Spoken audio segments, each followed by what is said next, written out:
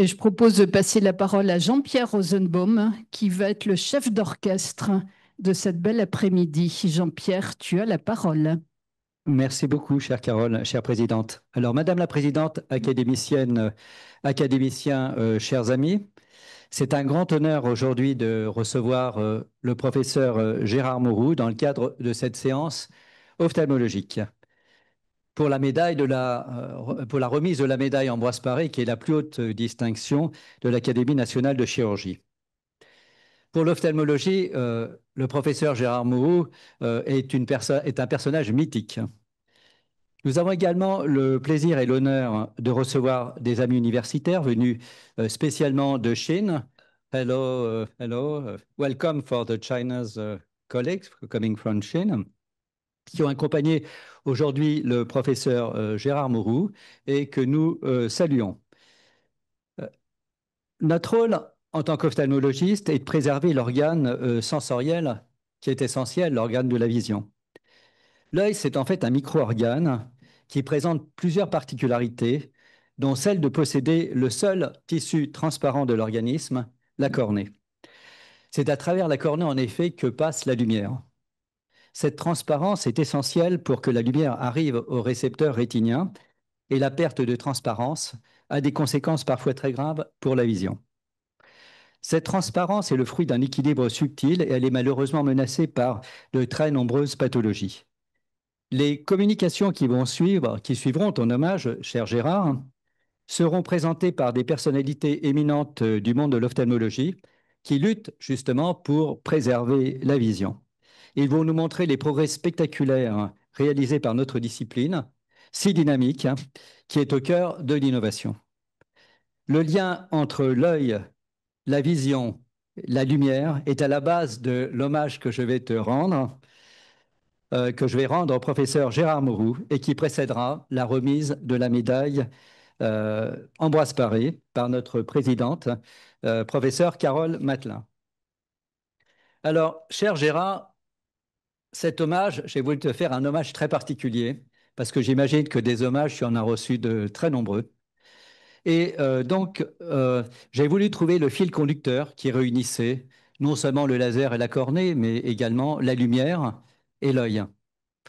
Et donc, le fil conducteur est celui-ci, et je vais vous décrire la vision et le regard à travers les siècles et les relations qu'il y a eu entre la science et la représentation. L'œil est-il à l'origine du monde? L'œil, la vision, la science, et l'art jusqu'à l'abstraction. Alors, quel rapport y a-t-il entre l'œil du chercheur et l'œil du peintre? Le chercheur, comme l'artiste, utilise son œil pour capter les détails invisibles aux autres.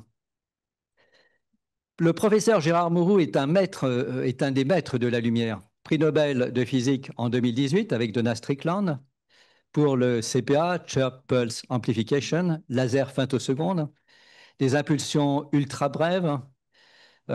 Il a résolu la façon, j'imagine, de dompter un laser qui était si puissant, qui détruisait même le matériel qui le produisait.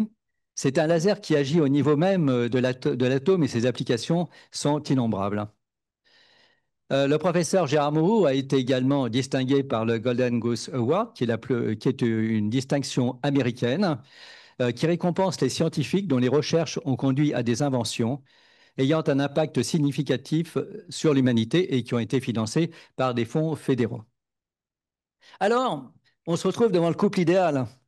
Je suis le laser femtoseconde, je n'ai pas d'effet thermique, j'ai une précision de 2 microns, je suis une cornée transparente, très fine, 550 microns, je suis avasculaire, et donc c'est un couple idéal. Un couple idéal s'est formé entre la lumière et l'ophtalmologie. La sérendipité interviendra par l'entremise d'un étudiant, Ronald Kurtz, résident en 2e année d'ophtalmologie à l'Université de Michigan, qui va remarquer l'aspect parfait, régulier, sans brûlure d'un impact laser. Et son opiniâtreté et la découverte du professeur Gérard Mourou vont faire le reste. La société Intralas va être créée et le laser femtoseconde va bouleverser et va devenir un acteur majeur de la chirurgie oculaire, chirurgie réfractive en particulier, cataracte, kératoplastie. Alors, comme nous sommes quand même en chirurgie, donc il faut quand même que je vous parle de chirurgie, et je vais vous montrer une chirurgie par laser femtoseconde pour une myopie. Voilà, on va faire dans la cornée qui fait 550 microns d'épaisseur, un volet de 100 microns d'épaisseur. Alors, l'action du laser femtoseconde se fait au niveau de l'atome par un système d'ionisation. Il va y avoir par des bulles de cavitation qui vont se faire, des bulles de l'ordre de 2 à 4 microns, qui vont être juxtaposées et qui vont nous permettre d'avoir un plan de clivage parfait. Et voilà, quelques secondes de chirurgie. Donc voilà un déroulé. C'est une anesthésie locale hein, pour ceux qui ne sont pas ophtalmologistes. Et vous allez voir qu'en 12 secondes pratiquement, donc le laser, vous voyez, vous allez voir le nappage. Alors il y a un contact avec l'œil et on va voir un nappage en 12 secondes. Voilà.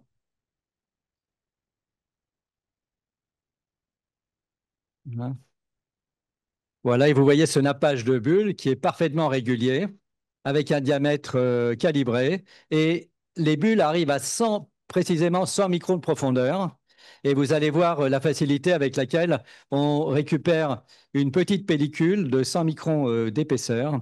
Euh, voilà. Vous voyez, 100 microns d'épaisseur sur une épaisseur totale de 550 microns, et vous voyez la régularité. Voilà, c'est un tissu avasculaire, je précise, hein. Alors, pour revenir quand même à l'essentiel du sujet, l'œil. Alors, l'œil est un organe sensoriel qui nous permet de voir ce qui nous entoure. Bien que l'anatomie oculaire n'ait pas changé depuis des millénaires, l'homme ne voit pas les mêmes choses. Et en fait, ce qui change, c'est le cognitif. Le cognitif acquis par la société, les sciences, l'éducation, et qui va déterminer ainsi notre perception, notre regard. Alors bien sûr, l'œil ne capte qu'une partie de la lumière qui nous entoure, des ondes électromagnétiques de 380 nanomètres à 750 nanomètres. Il y a une partie qu'on ne voit pas. Et déjà, les Égyptiens à l'époque avaient remarqué que dans la lumière, il y avait du vu et du non-vu, puisque les Égyptiens vénéraient la lumière, le fluide divin. Peut-être n'avaient-ils pas tort quand on pense à la création de l'univers. Et donc, mais les Égyptiens voyaient également l'œil gauche et l'œil droit. L'œil gauche était l'œil du visible, l'œil du présent, l'œil d'Horus. Quant à l'œil droit, c'était l'œil de l'au-delà, l'œil qui voyait des choses que l'œil ne voyait pas. C'était l'œil de Ra. Alors après, il y a eu quand même l'influence des sciences, l'influence de la société sur les découvertes scientifiques. Et en fait, de la Grèce antique à la Renaissance, on était dans une logique géométrique très pythagoricienne. Et on pensait que jusqu'à l'an 1000, on pensait que l'œil émettait des rayons, un peu comme des faisceaux laser, qui balayaient notre espace.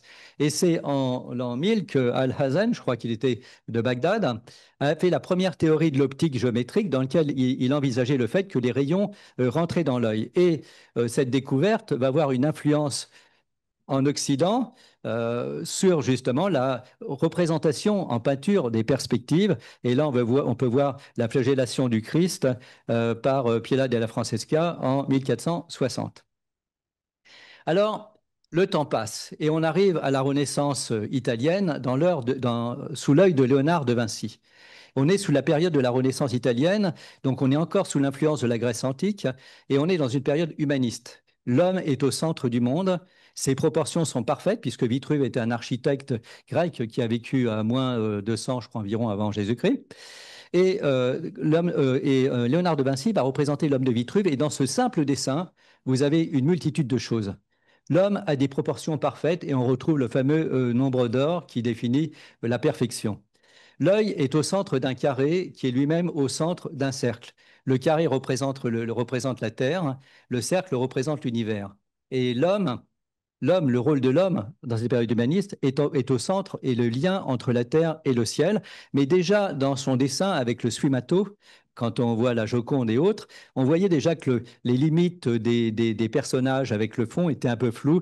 Et peut-être envisageait-il déjà la théorie ondulatoire de la lumière. Et à une époque, peu de temps après que Descartes ait écrit son discours de la méthode, qu'il ait affirmé que dans l'univers, que l'univers dans son ensemble était susceptible d'une interprétation mathématique, Mathesis universalis, conformément à des lois, et bien peu de temps après, Isaac Newton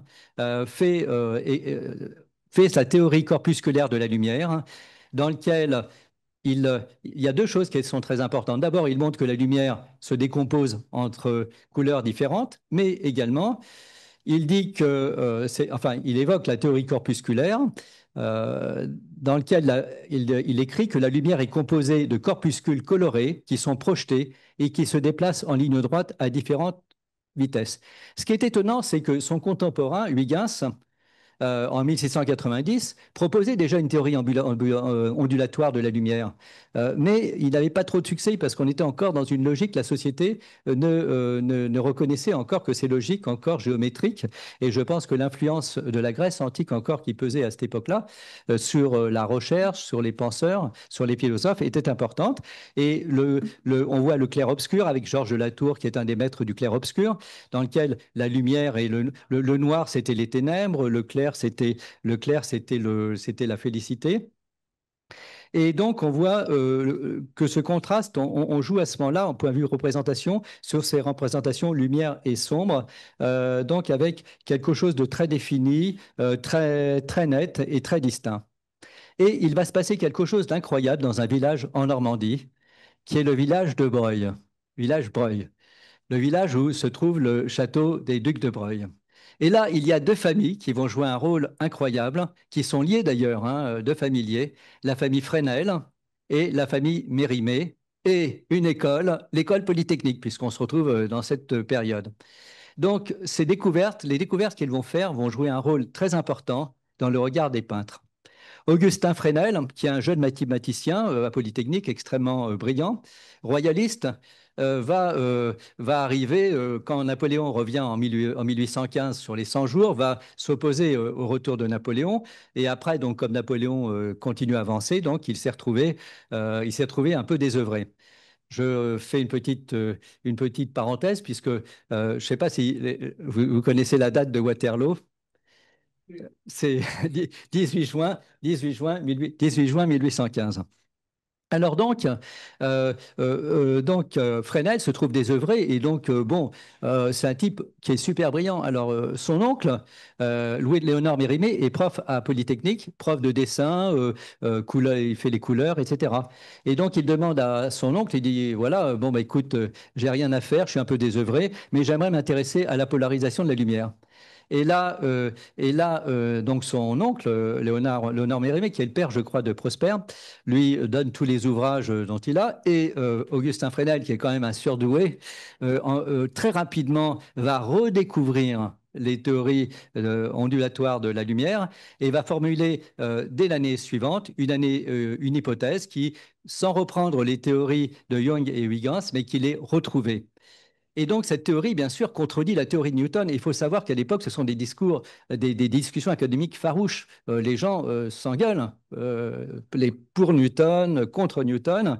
Et au départ, il y a deux personnes aussi, Arago et Ampère, qui interviennent. Au départ, ils ne sont pas trop convaincus par Fresnel.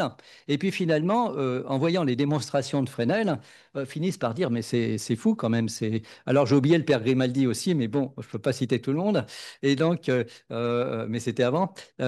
Donc ils disent, mais c'est vrai qu'il y a quand même cette démonstration, elle est convaincante. Et donc ils poussent Fresnel à présenter cette théorie à l'Académie des sciences, ce qu'il fait en 1818. Et là, il rencontre un succès incroyable et qui démontre la théorie ondulatoire de la lumière.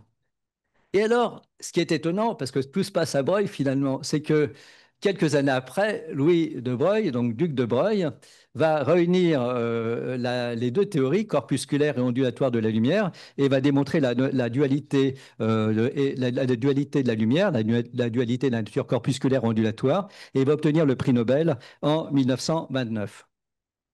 Alors, il faut savoir aussi qu'il y en a un autre qui s'y met, Goethe. Alors, Goethe est un poète, alors on se demande ce qu'il vient faire là-dessus. Et donc, Goethe se met à attaquer Newton. Et il dit oui, quand même, Newton a étudié les couleurs comme un corps mort. C'est un peu le même discours qu'entre Vézal et Léonard de Vinci. Et donc il s'oppose vivement à Newton. Il explique, Goethe, que c'est l'interprétation des couleurs par le cerveau qui est importante. Et donc il dit voilà, il y a un rôle de la lumière sur la perception des couleurs. Et Chevreul, en 1830, va faire la loi du contraste simultané. Et ces lois, Goethe, Fresnel et Chevreul vont avoir un rôle décisif sur l'évolution de la peinture. En effet, en Angleterre, il y a des contacts importants en la Royal Academy entre les peintres et les scientifiques. Et la théorie ondulatoire de Fresnel, les théories des couleurs de Goethe, parce que Goethe était un très bon ami de Turner, influence Turner. Et Turner va représenter ces tableaux en représentant la lumière qui dissout toutes les formes. Et ce qui est fantastique, c'est que quand on voit ce tableau, eh bien, on est ébloui même s'il n'y a pas de lumière. C'est incroyable. On a un éblouissement parce que c'est le cerveau qui reconstitue cela. Et un autre événement intervient, la guerre franco-prussienne. La guerre franco-prussienne et les peintres, dont Monet, en 1870, vont se réfugier à Londres. Et donc, il découvre ainsi à Londres, et Monet découvre les peintures de Turner. Et là, il a une sorte oh, waouh. Et donc, il se dit, voilà, mais il pressentait déjà Monet, déjà l'effet de ces théories un peu floues, de la lumière trouble. Et donc, il va représenter le 13 novembre 1872, alors je me rappelle de cette date parce que je suis du 13 novembre, mais 1872, bon, c'est avant. Et donc, il va représenter le soleil levant au Havre, qui va être le premier tableau indiqué comme un tableau impressionniste en 1874. Alors ensuite, une autre découverte également liée à la lumière va encore bouleverser la représentation. C'est la découverte de la photographie par Nicéphore Niepce en 1827. Et là encore, il y a des débats, alors qu'on est en plein réalisme sur la peinture avec Courbet. Donc, on a une discussion. Les photographes disent aux peintres, écoutez, franchement, vous n'avez plus aucun intérêt. Maintenant, on fait tout avec des photos. Et, euh, et donc, la peinture, petit à petit, va trouver un autre rôle, un rôle mystique. Et donc, elle va se détacher du réalisme. Les peintres vont utiliser les découvertes scientifiques pour expérimenter de nouvelles représentations et susciter ainsi directement l'émotion. Cézanne, s'inspirant des théories d'Helmholtz sur la vision du relief, va décomposer les images. Je suis un peu gêné, Albert Claude, pardon.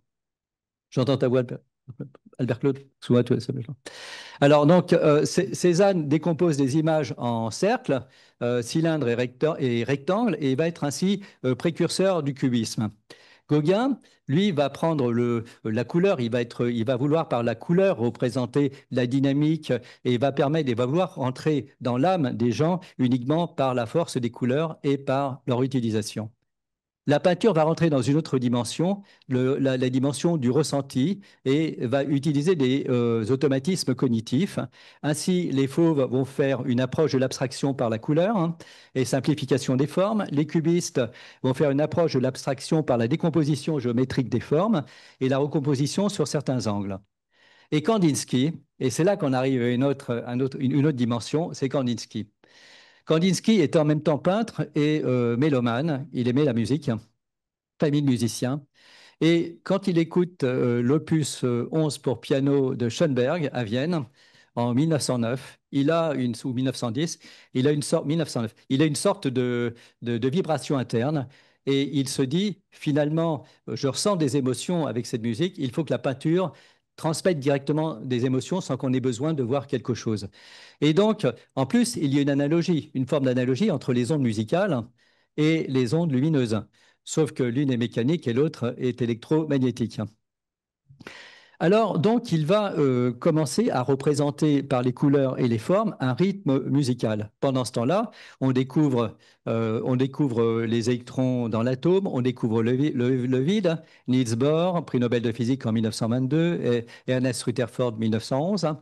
Et on a une naissance de l'abstraction, c'est-à-dire que dans ce contexte où on s'aperçoit que finalement, les atomes, il y a du vide, des électrons, des atomes, eh bien, on va se libérer complètement de la forme et on va faire une analogie avec les ondes lumineuses et les ondes musicales. Apollinaire va appeler ça l'orphisme, hein, en parlant de Delaunay, et on va rentrer dans l'abstraction jusqu'à une abstraction totale de Malevich qui va représenter le fameux carré noir dans lequel finalement, ce qui est important, c'est pas l'œuvre, mais c'est l'ensemble de l'œuvre dans lequel la personne va pouvoir se ressentir. Et finalement, la peinture est un miroir dans lequel on voit des choses, on ressent des choses. Alors finalement, pour conclure euh, cet hommage, l'œil est-il à l'origine du monde? Quelle sera la vision du futur de l'humanité? Sera-t-il dans la vision surréaliste de Dali, avec la gare de Perpignan au centre du monde? Dans la vision réaliste de Courbet, le centre du monde? Dans la vision musicale, spatiale de Kandinsky? Dans la vision infinie d'Yves Klein? Ou le futur du monde est-il tout simplement dans l'œil de Gérard Mourou, qui et là, je montre la nébuleuse de la Lyre. Quelques mots quand même pour interpréter cette image fantastique. Ça représente une naine blanche et la lumière que nous voyons ne vient pas de la naine blanche, mais elle vient d'une galaxie lointaine qui, en s'approchant de la nébuleuse, subit les fameuses lois de Einstein de la gravitation et donc sont attirés autour de cette naine blanche et nous donne cet œil absolument, absolument incroyable. C'est la nébuleuse de la Lyre. Alors, explorer l'infiniment grand au travers de l'infiniment petit. Le laser femtoseconde serait-il 10-15? Serait-il une machine à remonter le temps pour voir où tout commence au niveau de l'atome, puisque avant que l'univers naisse, il n'y avait pas encore d'atomes, il n'y avait pas encore d'électrons, tout au moins ils étaient dissociés. Remonter vers l'univers primitif, en effet, entre 10-15 et la constante de Planck, 10-34, il y a un petit chemin à parcourir.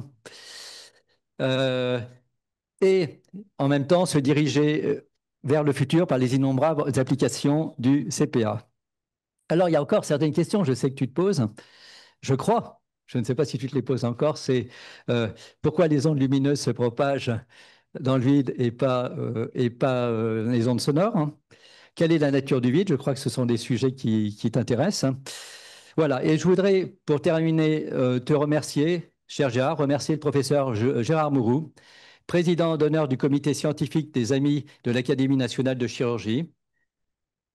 Médaille Ambroise Paré qui va être remise par notre présidente. Et je terminerai par René Descartes.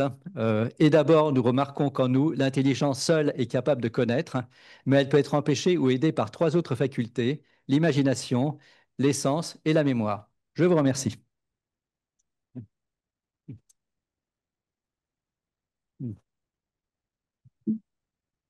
Bravo Jean-Pierre pour ce formidable fil conducteur, hein, entre l'art, entre la lumière, entre l'histoire, entre la physique, la chirurgie et Monsieur Gérard Moutou.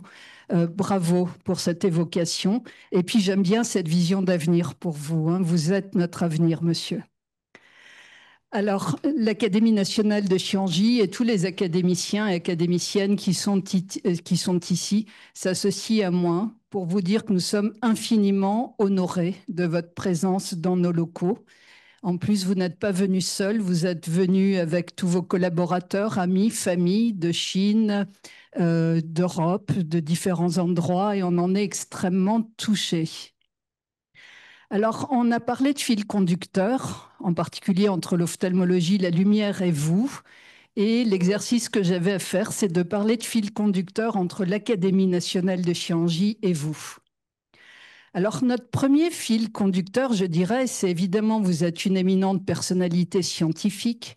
Vous avez rendu d'immenses services à l'humanité. J'insiste sur le mot humanité, tu l'as dit aussi, Jean-Pierre, hein, et vous continuez à le faire actuellement, et en particulier dans le domaine des champs électriques et du laser. Vous êtes inventeur d'un laser incroyable que je ne saurais pas expliquer, mais vous avez reçu pour cette invention le prix Nobel de physique en 2018. Et nous mesurons, nous, chirurgiens, tous les jours l'importance de vos découvertes dans le domaine de la santé et de la chirurgie, et pas que de la chirurgie ophtalmologique. Tu en as montré un petit film, et c'est notre premier fil conducteur. Notre deuxième fil conducteur qui nous relie, vous et l'Académie nationale de chirurgie, c'est l'importance, et on le voit aujourd'hui dans cette salle, que vous attachez aux collaborations internationales.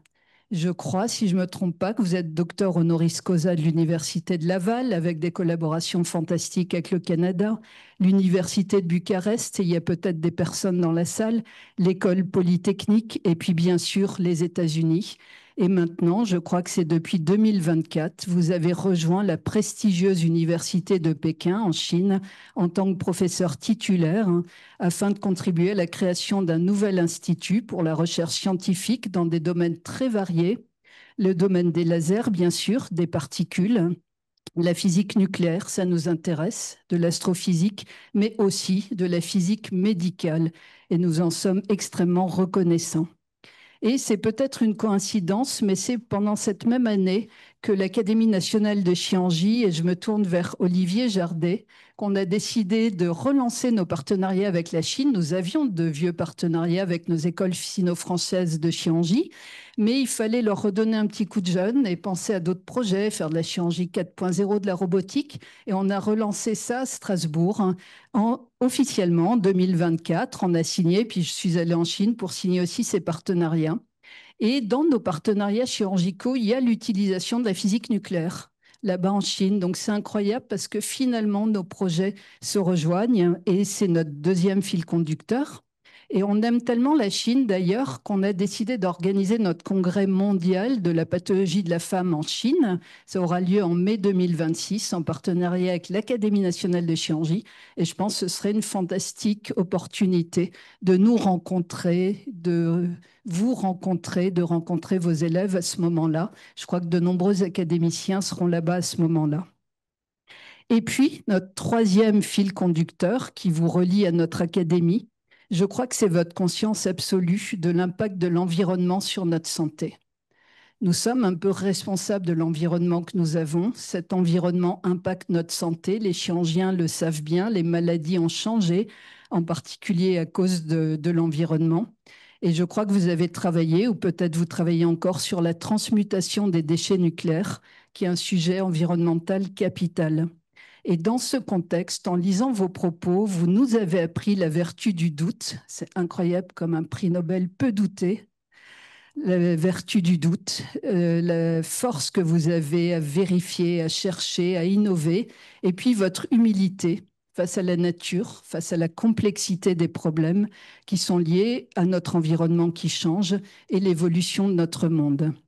Et notre académie, avec ses 13 spécialités chirurgicales, s'investit aussi, c'est un fil qui nous relie à l'impact de ce nouvel environnement sur les maladies qui sont plus les mêmes que celles qu'on a connues il y a 20 ans ou 30 ans. Nous investissons aussi avec conviction et aussi beaucoup d'humilité pour mieux comprendre et maîtriser l'impact de l'environnement sur nos santé. Et ce sont les chirurgiens qui font les prélèvements qui nous montrent à quel point cet environnement actuel nous impacte et de façon parfois dramatique. Et on a besoin de gens comme vous pour nous aider à avoir un environnement plus sain. Donc, cher professeur Mourou, vous avez reçu de nombreuses distinctions tout au long de votre carrière. Jean-Pierre les a rappelées. Je crois que ça a commencé en 1995. Vous avez reçu le prix Wood de l'Optical Society of America. En 2007, le prix Lazare Carnot. En 2009, le prix Charles Towns de l'Optical Society of America, qui sont des prix extrêmement prestigieux. En septembre 2018, l'American Physical Society vous a récompensé pour toute votre contribution à l'avancement de la recherche fondamentale en physique du laser et de ses applications. Bien sûr, et j'ai envie de le redire une nouvelle fois, en octobre 2018, vous avez reçu le prix Nobel de physique. On est tellement fiers de cela. En plus, vous êtes officier de la Légion d'honneur depuis décembre 2019 et vous étiez chevalier, je crois, en 2012 déjà. En tous les cas, l'Académie nationale de chirurgie et les membres qui sont autour de moi sont extrêmement fiers de vous remettre aujourd'hui la plus haute distinction de notre Académie de chirurgie, qui est la médaille Ambroise Paré, et qui vous est décernée pour l'ensemble de vos travaux. Et je vous en remercie infiniment.